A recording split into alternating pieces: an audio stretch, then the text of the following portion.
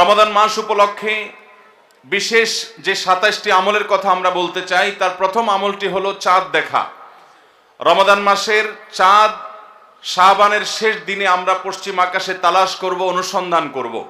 নবী করিম সাল্লাল্লাহু আলাইহি সাল্লাম বলেছেন, সুমু লিরুইয়াতিহি ওয়া আফতিরু লিরুইয়াতিহি, তোমরা চাঁদ দেখে রোজা রাখো আর চাঁদ দেখে তোমরা ঈদ উদযাপন করবে।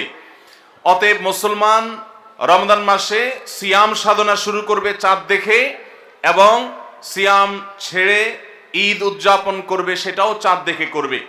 আর এই চাঁদ দেখাটা নবী করিম সাল্লাল্লাহু আলাইহি সাল্লামের গুরুত্বপূর্ণ একটি সুন্নাহ। চাঁদ দেখতে গিয়ে কেউ যদি চাঁদ দেখতে পান তিনিও সওয়াব পাবেন। যদি আপনি চাঁদ তালাশ করেন আর চাঁদ দেখতে নাও পান, তারপরও আপনি সওয়াব পাবেন, কারণ আপনি চেষ্টা করেছেন।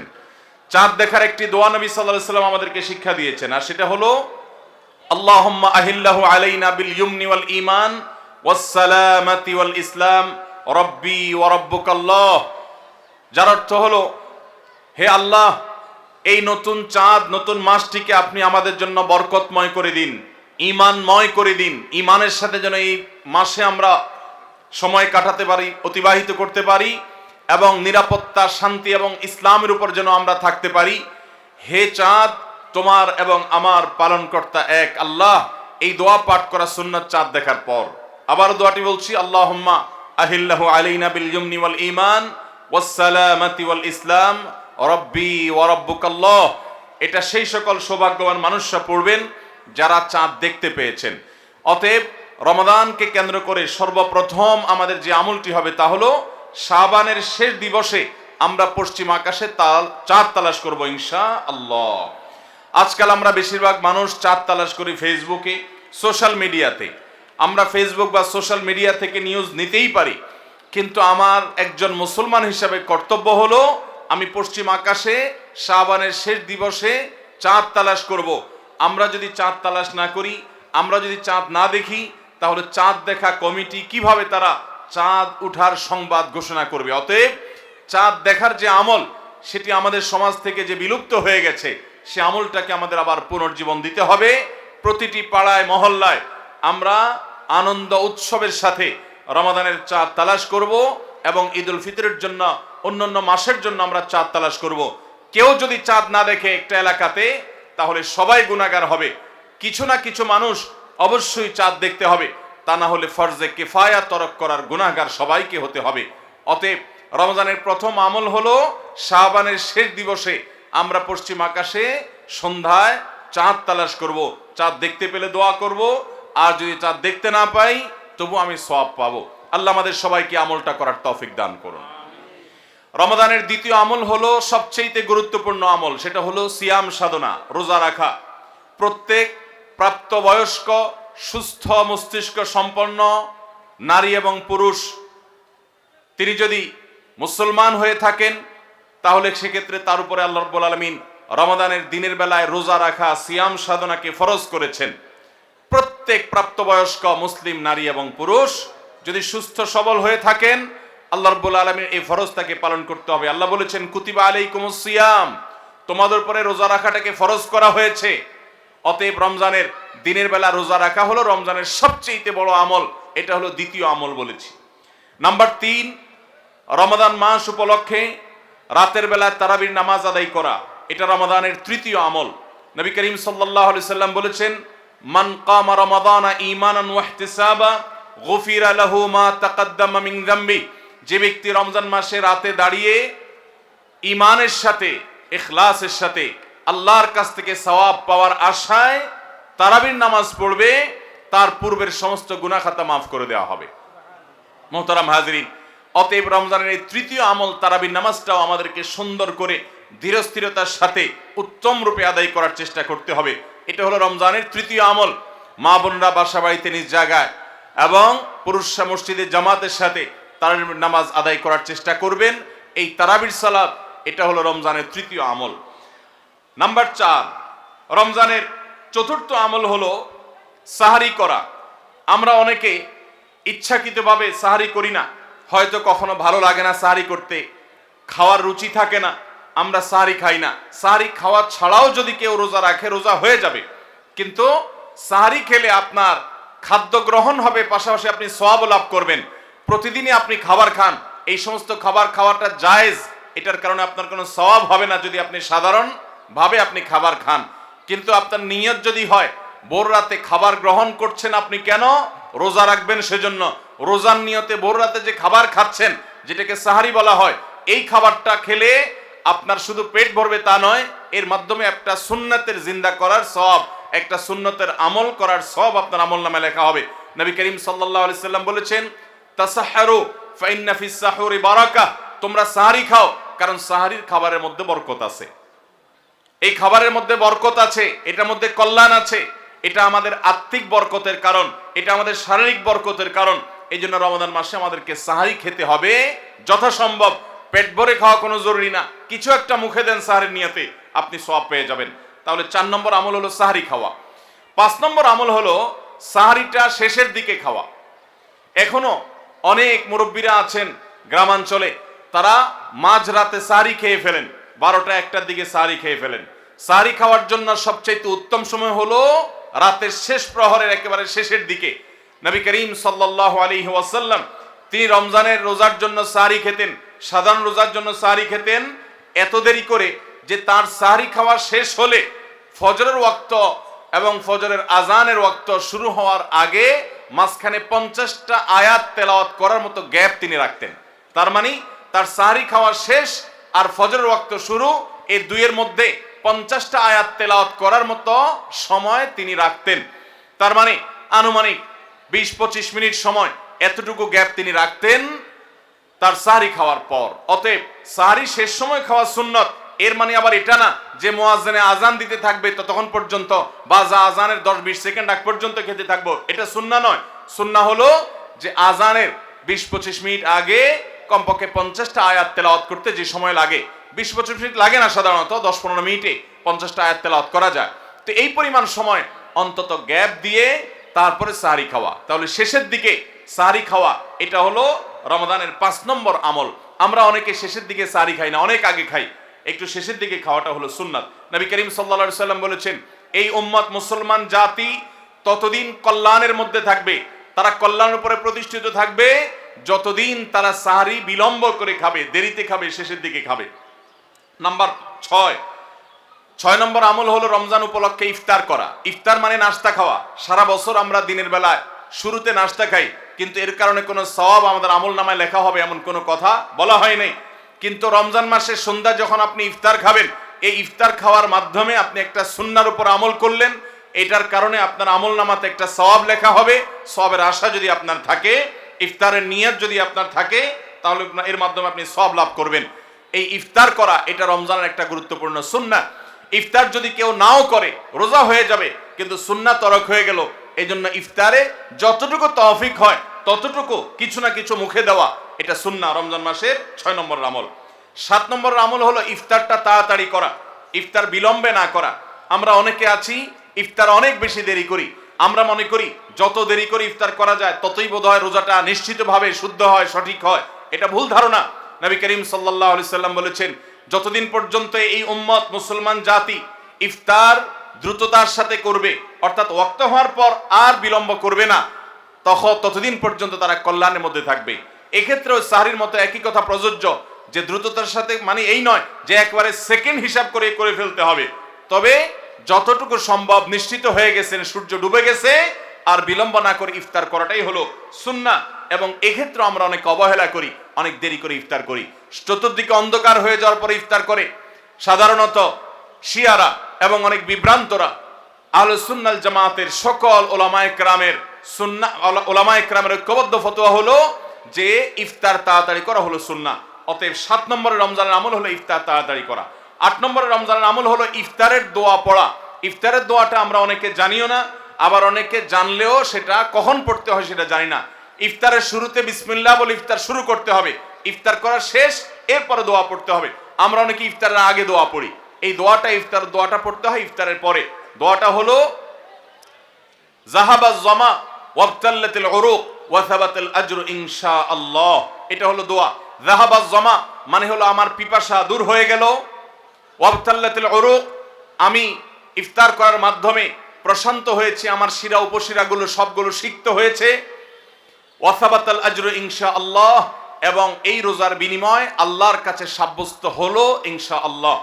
এই দোয়া পাঠ করা সুন্নাহ। তাহলে ইফতারের পর আমরা এই দোয়া পড়বো, যাহাবাজ জামা ওয়াবতাল্লাতুল উরুক ওয়াসাবাতাল আজরু ইনশাআল্লাহ। এটা হলো রমজানের 8 নম্বরের আমল, ইফতারের দোয়া পড়া। 9 নম্বরের আমল হলো ইফতার এবং সাহারি উভয়টাতে খেজুর খাওয়া। এটা সুন্নাহ। খেজুরের মধ্যে প্রচুর খাদ্য শক্তি আছে। আমরা রমজান মাসে যে রোজা রাখি, সারাদিন পানাহার বর্জন করে থাকি, আমরা যদি সাহারিতে খেজুর খাই, আমাদের শরীরে প্রচুর পরিমাণ খাদ্য শক্তি থাকবে এই খেজুর খাওয়ার ফলে। খেজুর অনেক উপকারী একটা খাবার। আমাদের দেশেও আজকাল খেজুর উৎপাদন হচ্ছে আল্লাহর মেহেরবানিতে। এই খেজুর ইফতারিতে নবী করিম সাল্লাল্লাহু আলাইহি সাল্লাম আধা পাকা আধা কাঁচা খেজুর, যেটা যে অর্ধেক পেকেছে অর্ধেক কাঁচা, সেগুলো তিনি পছন্দ করতেন। সেটা না পাওয়া গেলে সাধারণ খেজুর এটা দিয়ে ইফতার করা, এটা আমরা সবাই জানি। কিন্তু যেটা আমাদের দেশে মানুষ জানে না, তা হলো সাহরিতে সাহরি খাওয়া, সাহরিতে আপনার খেজুর খাওয়া সুন্নাত। নবী করিম সাল্লাল্লাহু আলাইহি সাল্লাম বলেছেন, নি'মা সাহুরুল মুমিনি আত-তামার, ইমানদারের সবচেয়ে উত্তম সাহরি হলো খেজুর। আপনি সাহরিতে ভাত তরকারি যাই খান বা না খান, অন্তত একটা হলো খেজুর খাবেন, তাহলে নবী সাল্লাল্লাহু আলাইহি সাল্লামের এই সুন্নাহর উপরে আমল হয়ে যাবে। তাহলে 9 নম্বর রমজানের আমল হলো সাহরিতে এবং ইফতারে উভয় সময়ে কমপক্ষে একটা হলেও খেজুর খাওয়া, মানে খেজুর খাওয়াটা হলো সুন্নাহ। 10 নম্বর রমজানের আমল হলো দিনভর বেশি বেশি দোয়া করতে থাকা। ভাইরা আমার, রোজাদার ব্যক্তির দোয়া আল্লাহ রাব্বুল আলামিন ফিরিয়ে দেন না। রোজাদার ব্যক্তি দিনভর আল্লাহর কাছে দোয়া করতে থাকলে সে দোয়া কবুল হয়। নবী করিম সাল্লাল্লাহু আলাইহি সাল্লাম বলেছেন যে কয়েক ব্যক্তির দোয়া ফেরত দেওয়া হয় না, এর ভিতরে একজন হলেন আস-সাইমু হাত্তা ইফতির, রোজাদার ব্যক্তি ইফতার করা পর্যন্ত তার দোয়া কবুল হতে থাকে।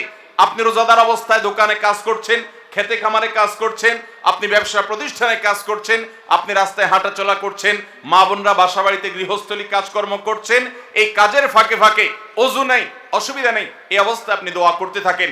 রোজাদার অবস্থায় দোয়া কবুল হয়। সারাদিন আপনি মনে মনে আপনার চাওয়াগুলো আল্লাহর কাছে নিবেদন করেন, আল্লাহর সাথে আপনি কথা বলতে থাকেন, কারণ দোয়া কবুলের একটা মোক্ষম সময় হলো রমজান মাসে এই রোজা অবস্থায়। বিশেষ করে ইফতারের আগ মুহূর্তে দোয়া কবুল হয়।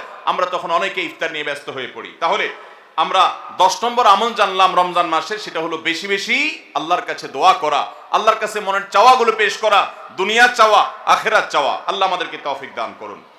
11 নম্বর রমজানের বিশেষ আমল হলো সকল প্রকার পাপাচার বর্জন করা। কারণ রমজানের রোজার উদ্দেশ্যই হলো আমরা যেন পাপাচার বর্জন করতে পারি। রমজানের যে রোজা রাখি, এই রোজা মূলত কোরআন এবং হাদিসের ভাষায় এটাকে সওম বা সিয়াম বলা হয়। সওম বা সিয়াম শব্দের অর্থ হলো বিরত থাকা। আর এই বিরত থাকার মানে হলো আমার সামনে পানির বোতল আছে, আমার সামনে খাবার আছে, হালাল টাকায় কেনা, আবার পেটে ক্ষুধা আছে, তৃষ্ণাও আছে, পিপাসা আছে, তারপর আমি খাচ্ছি না, পান করছি না। কেন? কারণ আল্লাহ নিষেধ করেছেন। এখান থেকে শিক্ষা গ্রহণ করে আমার সামগ্রিক জীবনে সকল হারাম, সকল নিষিদ্ধ কাজ থেকে আমাকে বিরত থাকতে হবে, সেই শিক্ষা সিয়াম আমাকে দেয়। এই জন্য এই সিয়ামের মাধ্যমে হারাম বর্জন করা, আল্লাহর নিষিদ্ধ কাজগুলো বর্জন করা, এই ট্রেনিং, এই অভ্যাস রমজান মাসে গড়ে তুলতে হবে। নবী করিম সাল্লাল্লাহু আলাইহি সাল্লাম বিভিন্ন হাদিসে সেই গুরুত্ব আরোপ করেছেন। কোরআনে কারিমে আল্লাহ বলেছেন, তোমাদের উপরে সিয়াম ফরজ করা হয়েছে, তোমাদের পূর্ববর্তীদের উপরে যেমন ফরজ করা হয়েছে সেরকম। উদ্দেশ্য লাআল্লাকুম তাত্তাকুন, যাতে করে তোমরা গুনাহ ছাড়া আল্লাহর নির্দেশগুলো মেনে চলা, তাকওয়া অর্জন করা, অবলম্বন করার ট্রেনিং নিতে পারো, তাকওয়া অবলম্বন করতে পারো, শিখতে পারো এখান থেকে। অতএব রমজানের 11 নম্বর বিশেষ গুরুত্বপূর্ণ আমল হলো সকল হারাম, সকল পাপাচারগুলো এই মাসে বিশেষভাবে বর্জন করে চলা। যদি সেটা কেউ না করে, তাহলে তার এই রোজার কোনো অর্থ হতে পারে না। অতএব 11 নম্বর আমল পাপাচার বর্জন করে চলা। 12 নম্বর আমল হলো পাপাচারের মধ্যে আবার বিশেষ করে মিথ্যা কথা, মিথ্যা কাজ, প্রতারণা 2 নম্বরই, এগুলো পরিহার করে চলা। এগুলো অন্য সময় তো পরিহার করতেই হবে, রমজানে আরো বিশেষ গুরুত্বের সাথে পরিহার করতে হবে। বুখারীর হাদিসে আসছে, নবী করিম সাল্লাল্লাহু আলাইহি সাল্লাম বলেছেন, মাল্লাম ইয়াদা কাওলাজ জুরি ওয়াল আমাল বিহি ফালাইসা লিল্লাহি হাজা আন ইয়াদা তাআমাহু ওয়া শারাবা। যে ব্যক্তি মিথ্যা কথা, মিথ্যা কাজ এগুলো ছাড়লো না, সেই ব্যক্তির উপবাস থাকায় আল্লাহর কোনো ঠেকা পড়ে নাই। অর্থাৎ তার এই রোজা থাকাটা উপোস থাকা ছাড়া কিছুই নয়, আর তার এই উপোস থাকায় আল্লাহর কোনো প্রয়োজন পড়ে নাই। অর্থাৎ তার এই রোজার কোনো মানে নাই, অর্থহীন হয়ে যাবে যদি সে রোজা রেখে মিথ্যা কথা বলে, মিথ্যা কাজ করে। এই জন্য রমজান মাসের গুরুত্বপূর্ণ আমল হলো 12 নম্বর আমল, যে আমরা মিথ্যা কথা, মিথ্যা কাজ রমজান মাসে পরিহার করবো রোজা অবস্থা বিশেষ করে। 13 নম্বর আমল হলো স্পেশালি ঝগড়াঝাটি থেকে বিরত থাকা। নবী করিম সাল্লাল্লাহু আলাইহি সাল্লাম বলেছেন, কোন রোজাদারের সাথে কেউ যদি কুতর্ক করতে আসে, ঝগড়া ফাসাদ করতে আসে, তাহলে সে বলবে ইন্নী সায়েম, আমি তোমার ঝগড়া, আমি তোমার গালিগালাজ, আমি তোমার বিতর্ক বৎসার জবাব দিতে পারছি না, কারণ আমি রোজাদার অবস্থায় আমি আমার মুখ নষ্ট করব না, সময় নষ্ট করব না। অতএব ফেসবুকের বাইরে, সোশ্যাল মিডিয়াতে অথবা অনলাইনে অফলাইনে যে কোনো জায়গায় আমরা রমজান মাসে বিশেষভাবে ঝগড়াঝাটি, গন্ডগোল, ফাসাদ, তর্ক বিতর্ক, বৎসা এগুলো আমরা বর্জন করে চলবো, কারণ এটা রমজানের বিশেষ গুরুত্বপূর্ণ আমল যে এই মাসে আমি কোনো ঝগড়াঝাটি করব না। এটা হলো রমজানের 13 নম্বর বিশেষ আমল। 14 নম্বর বিশেষ আমল হলো সাধারণ যত আমল আছে, সাধারণ যত ভালো কাজ আছে, সেই ভালো কাজগুলো এই মাসে সবচেয়ে বেশি গুরুত্বের সাথে করা। কারণ আপনারা জানেন নবী করিম সাল্লাল্লাহু আলাইহি সাল্লাম বলেছেন, রমজানের শুরুর দিকে আল্লাহর পক্ষ থেকে এক ফেরেশতা ঘোষণা দিতে থাকে, ইয়া বাগিয়াল খায়র আকবিল, তোমাদের মধ্যে কেউ কি কোনো কল্যাণের পথে চলতে চায়, এমন কোন মানুষ আছে যে কল্যাণকামী, যে ভালো কাজ করতে চায়, তাহলে সে যেন অগ্রসর হয়, কারণ ভালো কাজ করার মৌসুম এসেছে, সময় এসেছে, সুবর্ণ সুযোগ এসেছে। এটা আমল করার সময়, এটা নিজের আমল নামার শূন্য স্থানগুলো পূরণ করার সময়, এটা জান্নাতের পথে এগিয়ে যাওয়ার সময়। অতএব যত নেক আমল আছে, সেটা যেই ধরনেরই হোক না কেন, সকল ভালো কাজ সবচেয়ে বেশি করতে হবে এই রমজান মাসে।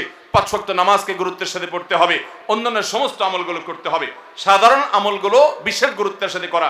এটা হলো 14 নম্বর আমল রমজানের। 15 নম্বর আমল হলো খুব গুরুত্বের সাথে ইস্তেগফার করা, আল্লাহর কাছে গুনাহ মাফ চাওয়া। কারণ আপনারা জানেন রমজান মাস এসেছে আমাদের গুনাহগুলোকে মাফ করাবার জন্য, রমজান মাস এসেছে আমাদেরকে জাহান্নাম থেকে মুক্তির পরোয়ানা পাইয়ে দেওয়ার জন্য।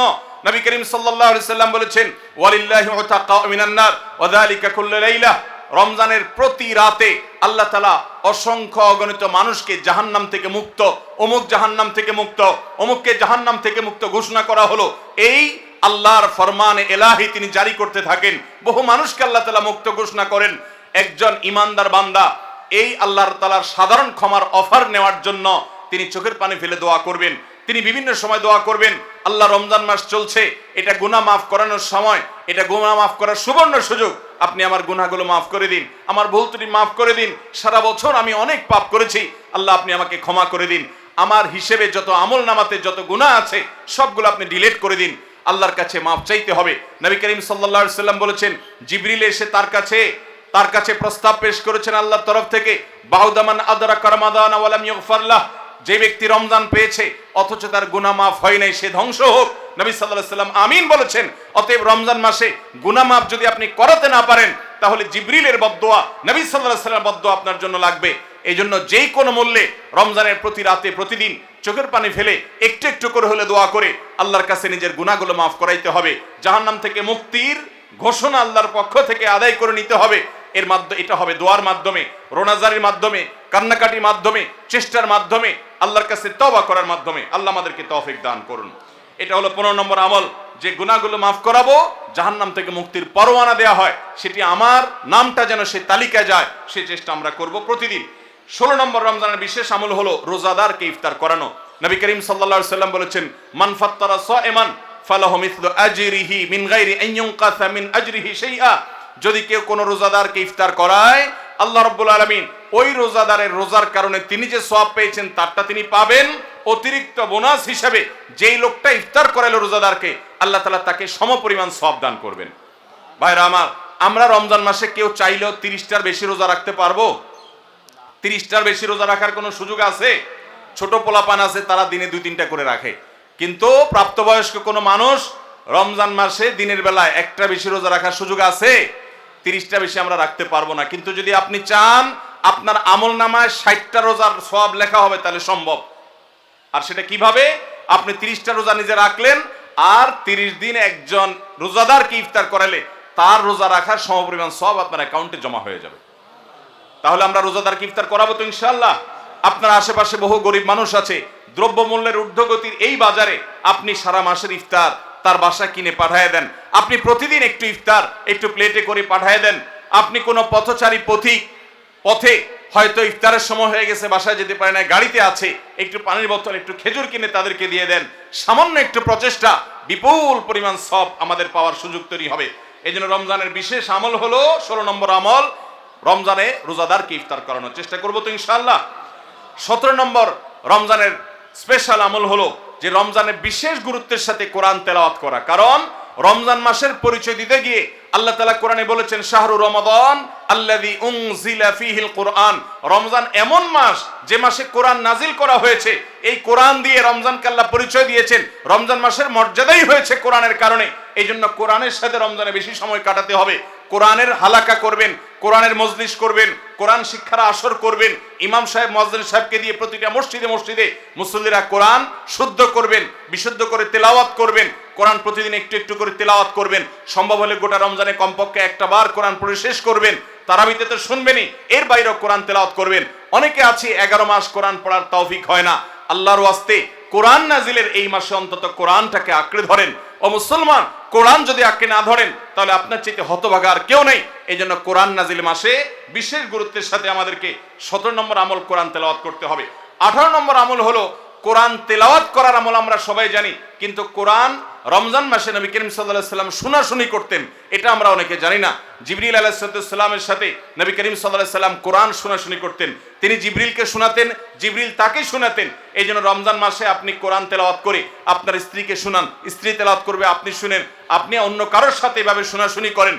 এইটাও রমজান মাসের বিশেষ গুরুত্বপূর্ণ আমল। সেই সাথে কোরআন বুঝে পড়া, কোরআনের ব্যাখ্যা জানার চেষ্টা করা, অর্থ সহকারে জানার চেষ্টা করা, কোরআনের কি আছে, আল্লাহ কি বলেছেন, সে ইলমটা অর্জন করার এক বিরাট প্রয়োজনীয় সময় মুহূর্ত হলো রমজান মাস।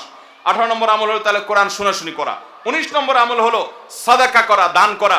আমাদের প্রিয় নবী সাল্লাল্লাহু আলাইহি সাল্লাম সম্পর্কে তার সহধর্মিনী উম্মুল মুমিনিন আয়েশা রাদিয়াল্লাহু তাআলা আনহা বলেছেন, নবী সাল্লাল্লাহু আলাইহি সাল্লাম এমনিতেই দানশীল ছিলেন।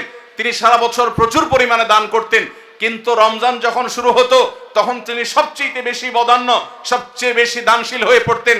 তার দানশীলতা এত বেড়ে যেত যে মুক্ত বাতাস যেরকম সব জায়গায় পৌঁছে যায়, যে জায়গায় মানুষ চায় দরজা খুলে রাখে সেখানেও যায়, কোন একটা ফাঁক ফোকর পেলে সেই জায়গায়ও মুক্ত বাতাস প্রবেশ করে। নবী সাল্লাল্লাহু আলাইহি সাল্লামের রমজানের দানটা এরকম ছিল যে চায় তাকেও দিতেন, যে চায় না তাকেও দিতেন। তিনি দুই হাতে দিতেন। তিনি অনেক বেশি সম্পদশালী ছিলেন না, কিন্তু যেটুকু ছিল অকাতরে তিনি দান করতেন। আমাদের আয়েশা রাদিয়াল্লাহু তাআলা হাদিস থেকে বোঝা যায় রমজান মাস দানের মাস। এই জন্য নবীজি বছরের অন্য যে কোনো সময় চাইতে রমজানে বেশি বেশি দান করতেন। আপনার আত্মীয় স্বজনকে দান করেন, রক্ত সম্পর্কীয় মানুষগুলোকে দান করেন, পাড়া প্রতিবেশীর অভাবী মানুষদেরকে দান করেন, চেনা অচেনা জানা অজানা সমস্ত মানুষকে আপনার সাধ্য অনুযায়ী আপনি দান করা শুরু করেন। এটা রমজান মাসের গুরুত্বপূর্ণ একটা আমল। এবং 19 নম্বর আমল দান করা। 20 নম্বর আমল হলো সাহরি খেতে আমরা যখন উঠি তখন একটু তাহাজ্জুদের নামাজ পড়া, একটু দোয়া করা। এই সুযোগটা 11 মাস আমাদের হয় না। তাহাজ্জুদের নামাজ এত গুরুত্বপূর্ণ যে কোরআনে কারিমে আল্লাহ রাব্বুল আলামিন এই নফল আমলের নির্দেশ করেছেন, অমিনাল লাইলি ফাতাহাজ্জাদ বিহি নাফিলাতাল লাক, রাতের কিছু অংশ নফল হিসাবে তুমি তাহাজ্জুদ পড়ো।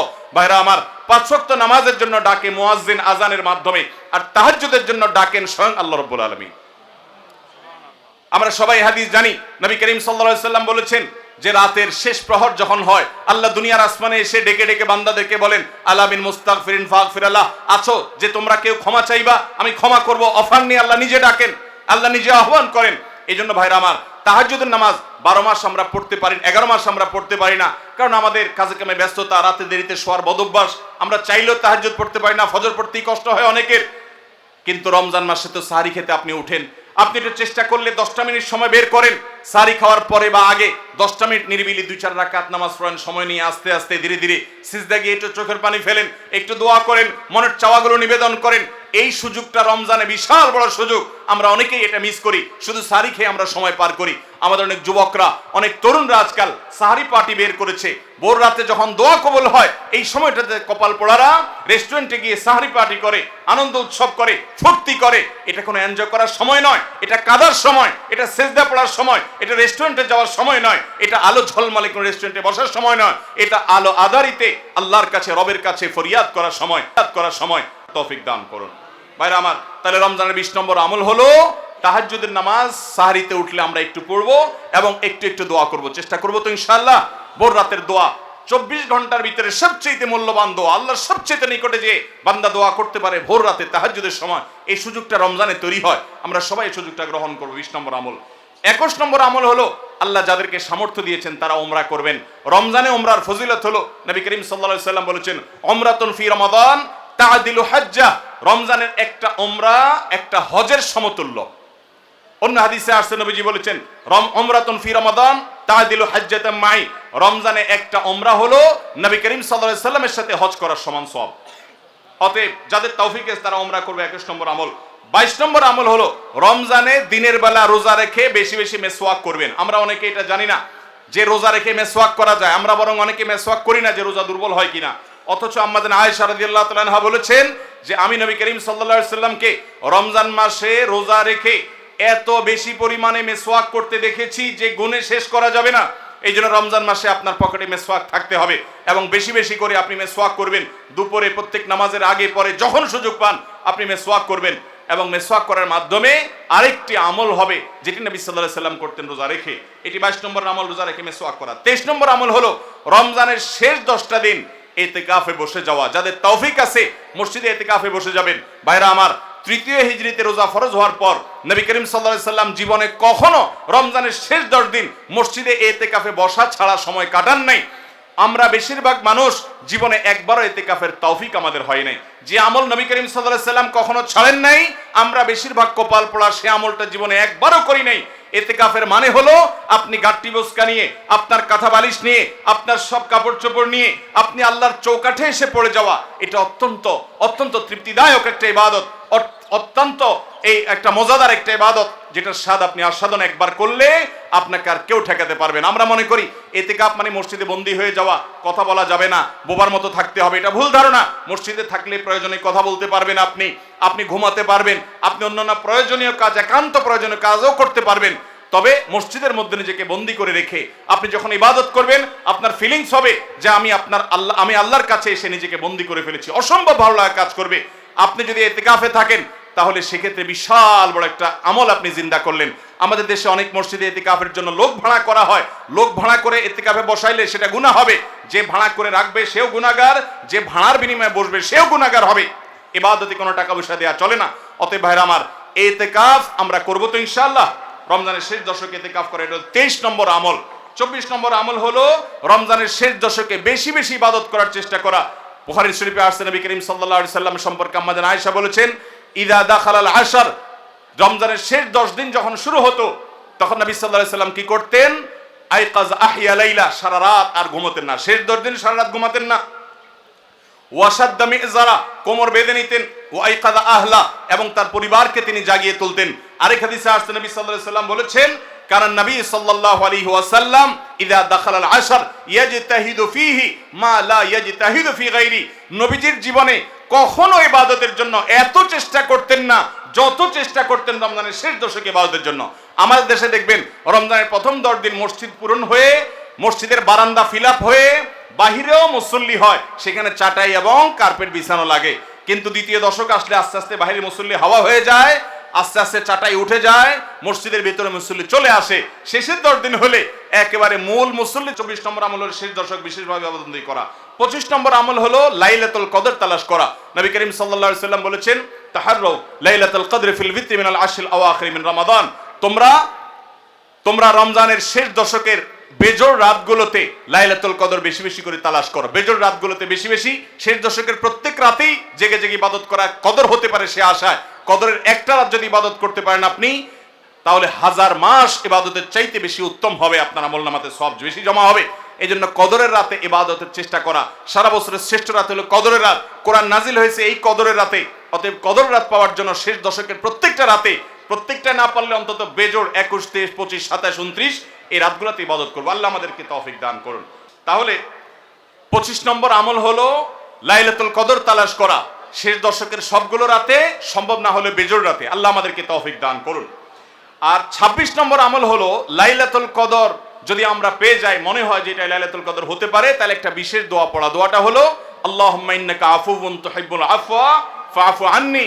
হে আল্লাহ, আপনি ক্ষমাশীল, আপনি ক্ষমা করতে ভালোবাসেন, পছন্দ করেন, আপনি আমাকে ক্ষমা করুন। এই দোয়াটা পড়বো তো ইনশাআল্লাহ। আল্লাহুম্মা ইন্নাকা আফুউন, বড় বড় অর্থবহ একটা দোয়া, বড় মজাদার একটা দোয়া। আল্লাহুম্মা ইন্নাকা আফুউন, আল্লাহ আপনি তো ক্ষমাশীল, তুহিব্বুল আফওয়া ক্ষমা করতে পছন্দ করেন, ফাফু আন্নি অতএব আমাকে ক্ষমা করেন। 26 নম্বর আমল লাইলাতুল কদরের দোয়া পড়া। 27 নম্বর এবং সর্বশেষ আমল হলো রমজানের শেষে ঈদের চাঁদ দেখা যাওয়ার পর অথবা ঈদের চাঁদ দেখা যাওয়ার একদিন আগেও করা যায় ফিতরা আদায় করা, গরিবদের বাসায় খাদ্য পৌঁছে দেওয়া। এটা কেন করব? নবী করিম সাল্লাল্লাহু আলাইহি সাল্লাম বলেছেন, যাকাতুল ফিতরে তোহরাতান লিস-সাইমি আনিল লাগবি ওয়ার রাফাস ওয়া তু'মাতাল লিল মাসাকিন। ফিতরা এটা হলো দুইটা উদ্দেশ্যে, এক হলো রোজা রেখে আমাদের যে ছোটখাটো ভুল ত্রুটি হয়, অনর্থক কথা হয়ে যায়, এগুলো থেকে রোজাটাকে পরিচ্ছন্ন করার জন্য সদকায়ে ফিতর বা আমরা যে ফিতরা দেই এটা ভূমিকা রাখে, এটা কার্যকর হয়, আমাদের রোজাকে ত্রুটিমুক্ত করে দেয়, রিফাইন্ড করে দেয়। আর দ্বিতীয়ত হলো ঈদের দিন গরিব দুঃখীদের বাসায় খাবারের নিশ্চয়তা এনে দেয়। এজন্য রমজানের শেষ আমল হবে যেটা দিয়ে রমজানকে আমরা বিদায় দিব, সেটা হলো ফিতরা দেওয়া, ফিতরার আমল করা। এটা আমরা সবাই পরিবারের যত লোক আছে রোজা থাকুক কিংবা ছোট বাচ্চা হোক সবার তরফ থেকে একজন করে মিসকিনকে পুরো দিনের খাবার আমরা দিয়ে দিব, চেষ্টা করবো তো ইনশাআল্লাহ। আল্লাহ আমাদের সবাইকে তৌফিক দান করুন। তাহলে আমরা রমাদান মাসের বিশেষ 27টি আমলের কথা জানলাম। আমরা আবারও এক নজরে বলে দিচ্ছি রমাদান মাসের বিশেষ 27টি আমল। নাম্বার 1, শাবানের শেষ দিবসে সন্ধ্যায় পশ্চিম আকাশে রমজানের চাঁদ তালাশ করা, রমজানকে কেন্দ্র করে এটি একটি আমল। এবং সেই সাথে চাঁদ যদি দেখতে পাই তাহলে চাঁদ দেখার দোয়া পড়া, আল্লাহুম্মা আহিল্লাহু আলাইনা বিল ইয়ুমনি ওয়াল ঈমান ওয়াস সালামাতি ওয়াল ইসলাম রব্বি ওয়া রাব্বুকাল্লাহ। যদি কেউ চাঁদ দেখতে নাও পান, চেষ্টা করার কারণে তিনিও সওয়াব পাবেন ইনশাআল্লাহ। তাহলে প্রথম আমল হলো চাঁদ দেখা, চাঁদ দেখতে পেলে দোয়া পড়া। দ্বিতীয় আমল হলো রমাদান মাসে দিনের বেলা সিয়াম পালন করা।